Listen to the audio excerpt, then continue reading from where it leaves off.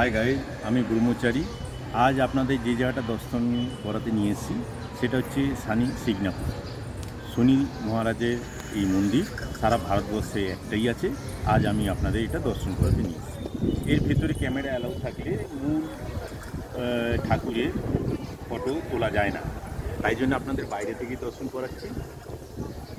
এই মন্দিরের বিশেষত্ব এই হচ্ছে যে এই মন্দিরে একটি পাথর কোনো কারণে পতিত আছে।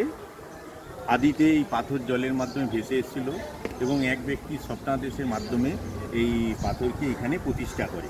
তারপর থেকেই শনি মহারাজ এখানে প্রতিষ্ঠিত এবং সেই থেকে মানুষের নানান রকম বিপদ আপদ সুখ দুঃখের সমস্ত কিছুতে শনি মহারাজ সবাইকে সাহায্য করে আসছে এবং কি সারা ভারতবর্ষব্যাপী সমস্ত ব্যক্তি এখানে এসে শনি মহারাজের দর্শন করতে পারে। এই মন্দিরটি পুরো গেট বাঁধানো দেখলেও ভেতরে মেন মন্দির কিন্তু ওপেন, মেন দেবতার স্থল ওপেন, বেদির উপর শনি মহারাজ রাখা আছে। এই মন্দির চত্বর থেকেই আপনাকে ফুল, কালো কাপড় এবং কিছু বস্তু এখান থেকে ক্রয় করে মন্দিরের সামনে দিতে হবে। মন্দিরের দেবতার স্থানে কোনো কিছু চড়ানো যায় না, একমাত্র তেলই আপনি চড়াতে পারেন। এখানে তেল পাওয়া যায়, আপনি এখানে কিনে শনি মহারাজকে উদ্দেশ্য করে তেল এখানে চড়াতে পারবেন। এখানে দেখতে পাচ্ছেন শিবাজি মহারাজ, যেহেতু এটা মহারাষ্ট্রের মধ্যে অবস্থিত, এটা শিরডি থেকে 70 কিলোমিটার দূর। শিরডি থেকে যাতায়াতের ব্যবস্থা হচ্ছে আপনাকে শেয়ার ট্যাক্সি বা প্রাইভেট গাড়িতে করে আপনি এখানে আসতে পারেন। এখানে এসে পুজো দিয়েই আবার আপনাকে ব্যাক যেতে হবে, এখানে থাকার কোনো রকম ব্যবস্থা নেই। যারা যেখান থেকে আসবেন অবশ্যই এটা মাথায় রাখবেন যে এখানে পুজো দিয়ে আপনাকে ব্যাক করতে হবে। এখানে স্টে করার মতো সেরকম কোনো সুবিধা নেই, এখানে বেশিক্ষণের সময়ও লাগে না। আপনি আসুন, মন্দির চত্বরে ফুল নিন এবং দেবতার স্থানে সে ফুল চড়ান, তেল চড়ান।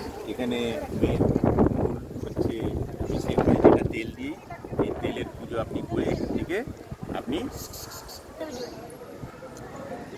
আসুন। আপনাদের দেখে দিই কোথা দিয়ে আপনার তেল সংগ্রহ করবেন। মন্দির চত্বরের মধ্যেই এই একটা কাউন্টার আছে, এখানে আপনি তেল সংগ্রহ করতে পারেন। এখানে 500 টাকা দিলে আপনি ডাইরেক্ট গিয়ে বাবার মাথায় গিয়ে তেল চড়াতে পারবেন। আর যদি আপনি এখানে 500 টাকা মেম্বারশিপ না দেন, ডোনেট না করেন, তাহলে আপনি ডাইরেক্ট গিয়ে চোঙায় তেল দিতে হবে। ওখানে চোঙ লাগানো আছে, ওই চোঙের মধ্যে আপনাকে তেল দিতে হবে। কিন্তু আপনি ডাইরেক্ট বাবার মাথায় যদি তেল দিতে যান, বাবাকে অভিষেক করতে যান, তাহলে আপনাকে এখানে 500 টাকার টিকিট অবশ্যই কাটতে হবে। আসুন, এখানে কিছু সৌন্দর্য, কিছু মন্দিরটাকে যেমনভাবে স্থাপত্যভাবে বানিয়ে রেখেছে নতুনভাবে আপনাদের দেখে। হ্যাঁ, এখন আপনারা আমার এই বাদিকে ফিরে দেখুন, ওই সামনে যে খালি জায়গাটা দেখতে পাচ্ছেন, পতাকাটা উঠছে, তার সামনে হচ্ছে শনি মহারাজের অবস্থান। ওটাই হচ্ছে শনি মহারাজের মন্দির। ওইখানে আপনাকে অভিষেক করতে হবে, করে আপনাকে এই রাস্তা দিয়ে সিধে বেরিয়ে আসতে হবে। সিধে দেখুন শনি মহারাজ, দেখুন বেদির উপরে বসে আছে, কালো যে পাথরটা আছে ওটাই শনি মহারাজ। আসুন, আপনাদের বাইরে যাওয়া লাগবে। খুব সুন্দরভাবে মন্দির চত্বরটাকে সাজানো হয়েছে, পাথরের কারুকার্য দিয়ে সুন্দর একটা মন্দিরের স্থাপত্য তৈরি করা হয়েছে, যাতে লোকের ভালো লাগে, সুন্দর লাগে। দেখে নিন মন্দিরের সামনের দিকে যে নতুন স্ট্রাকচার তৈরি হয়েছে সেইটা।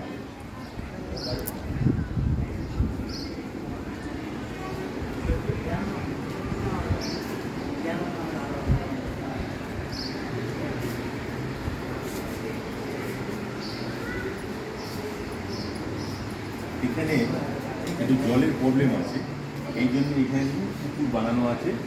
জলের একটা চৌবাচ্চার মতো জলের করা, যেখানে বর্তমানে জল নেই, কিন্তু যখন বৃষ্টি হয়, বারিশ খুব বেশি বৃষ্টি হলে এখানে জল জমে থাকে, তখন এই জায়গাটা খুব ভালো লাগে। এখানে শনি মহারাজের মন্দিরের গেটের বাইরের দিকেই যে সুন্দর স্থাপত্যকলা করা হয়েছে, তার সামনে এখানে দেখুন একটা বেদি বানানো হয়েছে, যেখানে নিচের দিকে শনি মহারাজের ফটো রাখা হয়েছে, উপরে শ্রী নারায়ণের মূর্তি রাখা হয়েছে। অনেক মানুষ এখানে প্রদক্ষিণ করে, নিজের মনোবাসনা পূর্ণ এখানে চেয়ে থাকে।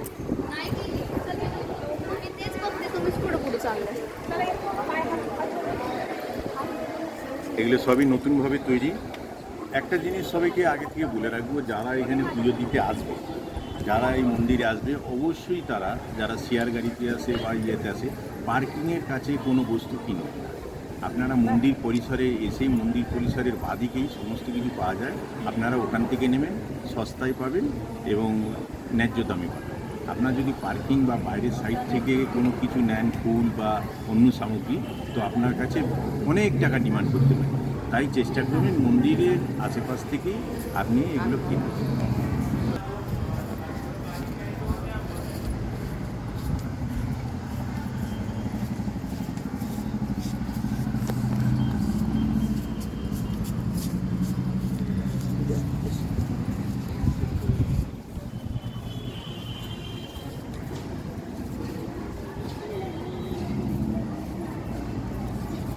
দাঁড়ান।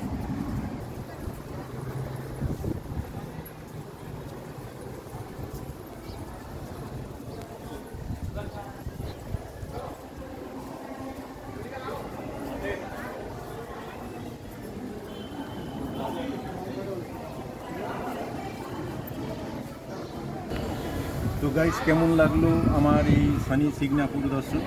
যদি ভালো লেগে থাকে অবশ্যই আমাকে লাইক, শেয়ার ও কমেন্ট করবেন। কমেন্ট করতে একদমই ভুলবেন না। আপনাদের কোনো কিছু জানার থাকলে আমাকে কমেন্ট বক্সে লিখে পাঠাতে পারেন।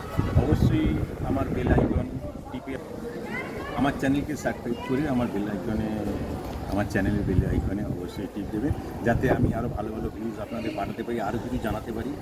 কোন জায়গায় গেলে কীভাবে আপনারা ভালোভাবে পুজো দর্শন করতে পারবেন এবং কোনো রকম বিপদ আর কোনো রকম অসুবিধার সম্মুখীন হবেন না। তাই জন্যে অবশ্যই আপনাদের সাহায্য ও হেল্প দরকার। অবশ্যই আমাকে লাইক আর কমেন্টে জানাবেন। চলুন, আজকের মতো আমরা এখানেই আমার ব্লগ শেষ করলাম। এরপরে আমরা সিদ্ধি সাইতে যাব, যেখানে আপনাদের দেখাবো সিদ্ধি সাই বাবার ওখানে কি করা যায়, কিভাবে দর্শন করা যায়, কিভাবে গেলে আপনি সুবিধা হবে, কিভাবে আপনি ওখানে দর্শন করতে পারবেন।